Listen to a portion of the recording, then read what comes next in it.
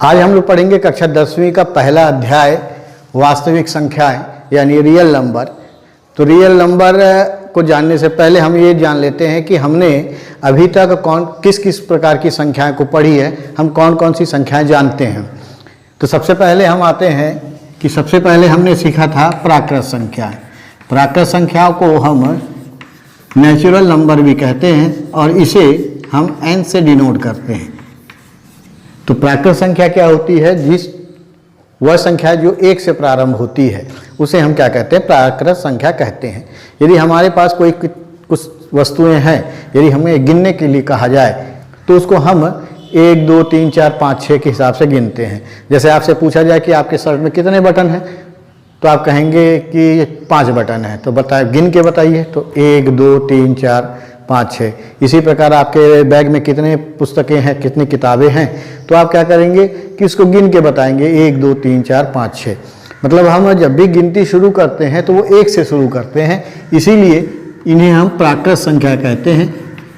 तो प्राकृत संख्या जो 1 से चालू होती है और अनंत की ओर अग्रसर होती है, इसे हम प्राकृत संख्या कहते हैं।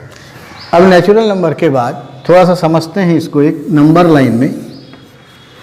यदि मान लो ये कोई रास्ता है और यहाँ पे मार्किंग की हुई है 1 2 3 4 5 6 और इस प्रकार ये आगे बढ़ रहा है और हम यहाँ पर खड़े हुए हैं, इस पोजीशन में खड़े हुए। तो जब हम चलेंगे या जाएंगे तो सबसे पहले हम कहाँ जाएंगे? 1 में जाएंगे, फिर उसके बाद हम 2 में जाएंगे, फिर उसके बाद 3 में, फिर उसके बाद 4 में, और इस प्रकार से हम आगे बढ़ेंगे। परंतु जब हम ये सोचते हैं कि जहाँ से हमने शुरू किया है उसका पॉइंट क्या होगा, उसका नंबर क्या होगा, तो जहाँ से हम शुरू किए हैं उसका नंबर होगा 0। मतलब हम कहाँ से शुरू किए? 0 से शुरू किए हैं, 0 से शुरू किए हैं। तो ये जो पॉइंट होगा इसका नंबर जो होगा वो 0 होगा। और जब 0 होगा तब ये नेचुरल नंबर में जब ये 0 जुड़ जाता है, नेचुरल नंबर में ये 0 जुड़ जाएगा तो ये दोनों मिलकर पूर्ण संख्या बनाएगी, मतलब होल नंबर बनाएगी। और इस 0 को हम ओरिजिन कहते हैं, मूल बिंदु कहते हैं। तो इसलिए जो दूसरी संख्या हमने जो पढ़ा था पहली, पूर्ण संख्या, जिसे हम अंग्रेजी में होल नंबर कहते हैं और इसे W से डिनोट करते हैं, ये 0 1 2 3 4 5 6 और अनंत की ओर अग्रसर होता है। इसके बाद हम कुछ संख्या ऐसे पढ़े हैं कि इन्हीं संख्याओं में से कुछ संख्याएं 2 से विभाजित हो जाती है और कुछ 2 से विभाजित नहीं होती। तो जो 2 से विभाजित हो जाती है उसे हम सम संख्या कहते हैं, जिसे अंग्रेजी में हम इवन नंबर कहते हैं, इसलिए इसको हम ई से डिनोट कर देते हैं। तो ये हो जाएगा 2 4 6 8 10 12, इस प्रकार ये अनंत तक होगा। मतलब वो संख्याएं जो 2 से विभाजित होती है उसे हम सम संख्या कहते हैं।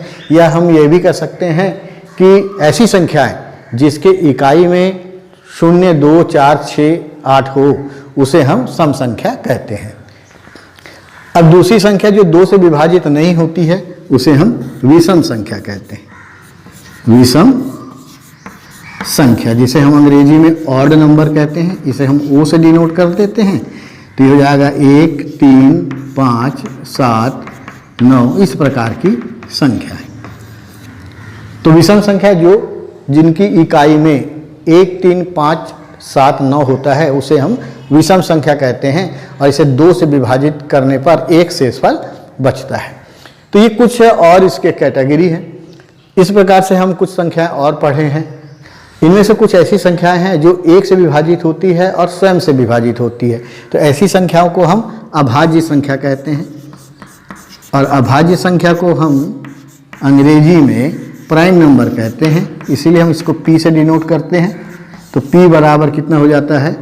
2 3 5 7 11, इस प्रकार की संख्याएं जो 1 से विभाजित होती है और स्वयं से विभाजित होगी उसे हम क्या कहते हैं?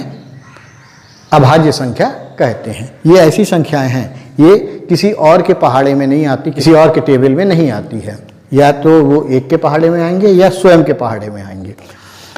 इसके बाद आता है भाज्य संख्या। जब अभाज्य आया है तो भाज्य भी आएगा। तो भाज्य संख्या को अंग्रेजी में हम कंपोजिट नंबर कहते हैं, जिसे हम C से डिनोट करते हैं। और ये कंपोजिट नंबर 4, 6, 8, 9, 10 इस प्रकार की संख्या है। तो ये कंपोजिट नंबर यानी भाज्य संख्या वो संख्याएं होती हैं जो एक से और स्वयं से तो विभाजित होती है, इसके अलावा अन्य किसी संख्याओं से भी विभाजित होती है। अब यहाँ थोड़ा सा और समझ लीजिए, जैसे 2 1 के पहाड़े में आता है और 2 के पहाड़े में आता है, 3 1 के पहाड़े में आता है, 3 के पहाड़े में आता है, इसी प्रकार 11 1 के पहाड़े में आता है और 11 के पहाड़े में आता है। परंतु यहाँ पर देखें तो ये जो 4 है 1 के पहाड़े में और 4 के पहाड़े में भी तो आता ही है, साथ साथ 2 के पहाड़े में भी आता है।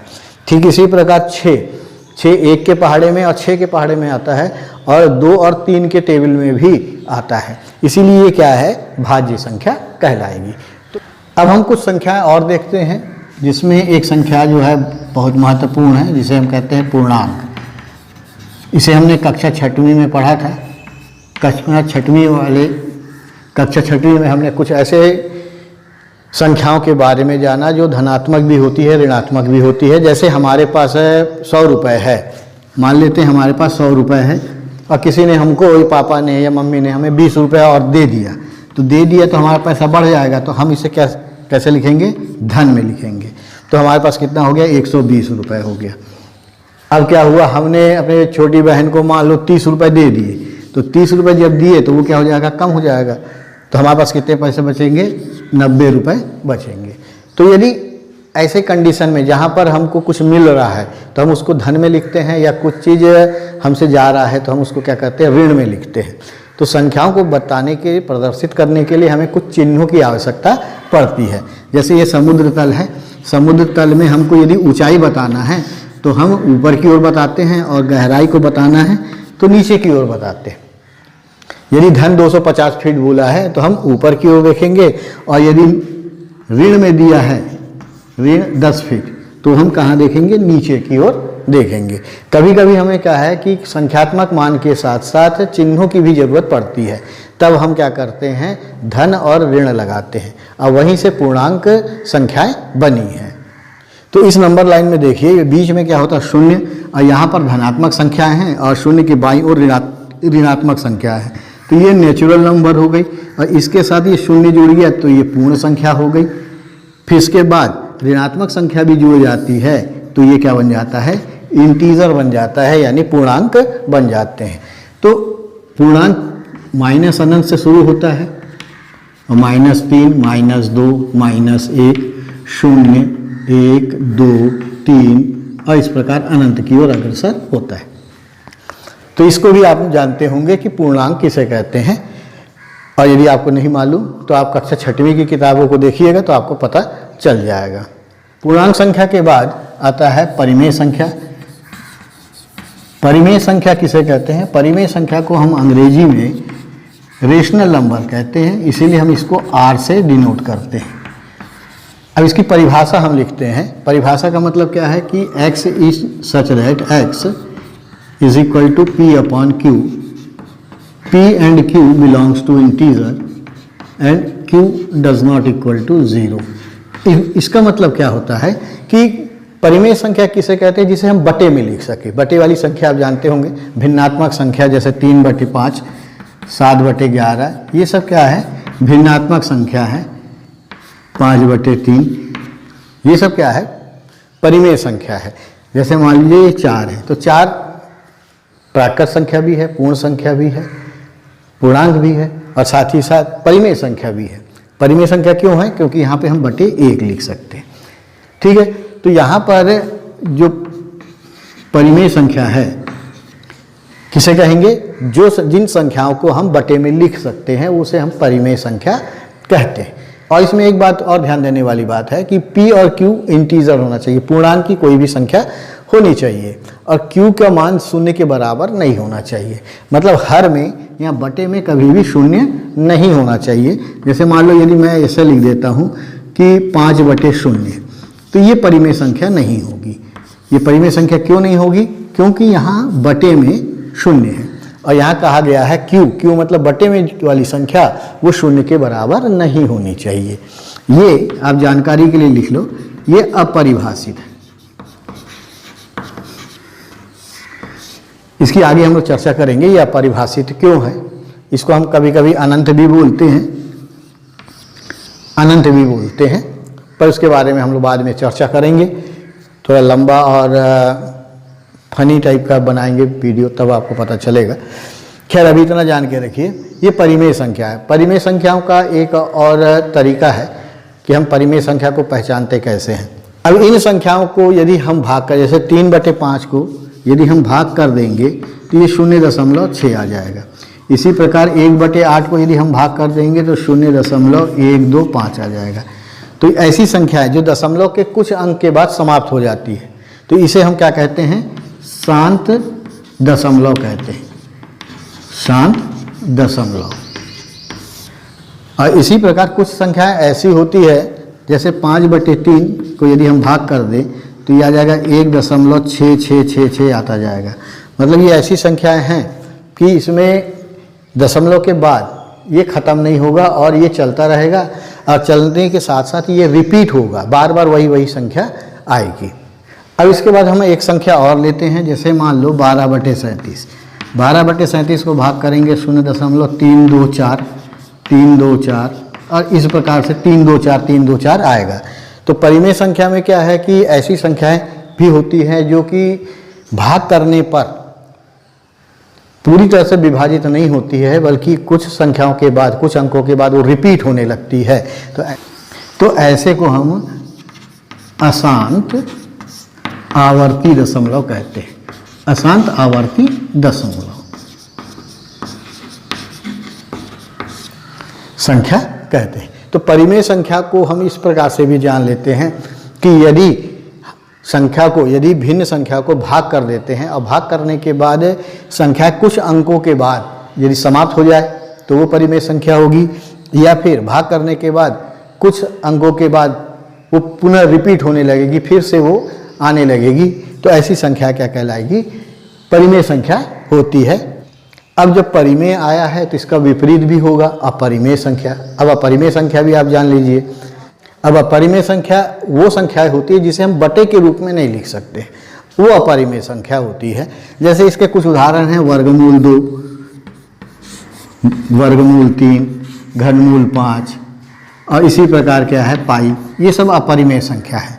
अब अपरिमेय संख्या को हम कैसे पहचानते हैं, तो जैसे वर्गमूल 2 का मान हम निकाले, तो जब वर्गमूल 2 का मान निकालेंगे तो ये क्या होगा, दशमलव के बाद समाप्त नहीं होगा और ये आते रहेगा, परंतु साथ ही साथ ये रिपीट भी नहीं होगा कि एक क्रम जैसे आया, जैसे अशांत में क्या होता है, रिपीट होता है, तो इसमें रिपीट नहीं होगा, कुछ भी आता रहेगा। तो ऐसी संख्याएं, एक उदाहरण मैं ऐसे लिख देता हूँ, 1.101315 इस प्रकार से कुछ भी आता रहेगा। तो ऐसी संख्याएं क्या कहलाती है, अपरिमेय संख्या कहलाती है। और इसमें आपको यह याद रखना है, पाई जो है वो एक अपरिमेय संख्या है। हालांकि इसको हम 22/7 बताते हैं, परंतु ये 22/7 इसका एक्यूरेट मान नहीं है। ये आपको भी पता है कि 22/7 इसका एक्यूरेट मान नहीं है, क्योंकि 22/7 एक्यूरेट मान होता तो ये एक परिमेय संख्या हो जाती है, परंतु ये एक अपरिमेय संख्या है। दशमलव के 3-4 अंक के बाद दोनों के मान में परिवर्तन आ जाता है। तो ये रहा संख्याओं के बारे में। अब हम ये देखते हैं कि हमने जो संख्याएं पढ़ी है, प्राकृत संख्या, पूर्ण संख्या, सम संख्या, विषम संख्या, भाज्य, अभाज्य, परिमेय और अपरिमेय, और ये पूरी जो संख्याएं हैं, ये सभी संख्याएं जो है ये वास्तविक संख्याएं कहलाती हैं। मतलब कि वास्तविक संख्याओं में ये सभी संख्याएं वास्तविक संख्या होगी। इसका मतलब कक्षा पहली से लेकर 9वीं तक हमने जितनी भी संख्याएं पढ़ी है वो सभी वास्तविक संख्याएं हैं। तो आपको ये याद रखना है कि वास्तविक संख्याओं में ये पूरी संख्याएं आती है। अब वास्तविक संख्या हुई तो निश्चित है कि अवास्तविक संख्याएं भी होंगी, जिन्हें हम इमेजिनरी नंबर कहते हैं। अवास्तविक संख्या यानी इमेजिनरी नंबर। और इमेजिनरी नंबर क्या होता है, इसे आप क्लास 11वीं में जब यदि आप गणित लेके पढ़ते हैं, मैथ लेके पढ़ेंगे, तब एक चैप्टर मिलेगा जिसका नाम है सम्मिश्र संख्या, सम्मिश्र संख्या, कॉम्प्लेक्स नंबर। तब आप जानेंगे कि अवास्तविक संख्याएं क्या होती है। तो अभी चूंकि आप क्लास 10वीं में हैं तो ये आपके चैप्टर के बाहर है, इसीलिए हमको ये नहीं पढ़ना है। हमको क्या जानना है, केवल वास्तविक संख्याएं। तो जितनी प्रकार की भी संख्याएं हमने आज तक पढ़ी है वो सभी वास्तविक संख्याएं हैं। तो मेरे ख्याल से आपको समझ में आ गया होगा कि संख्याएं कौन कौन सी होती हैं और उसको किस प्रकार से डिनोट करते हैं, कहाँ से शुरू होती है। अब आपको इन संख्याओं के बारे में अच्छे से पता होना चाहिए ताकि आप सवालों को हल कर सकें।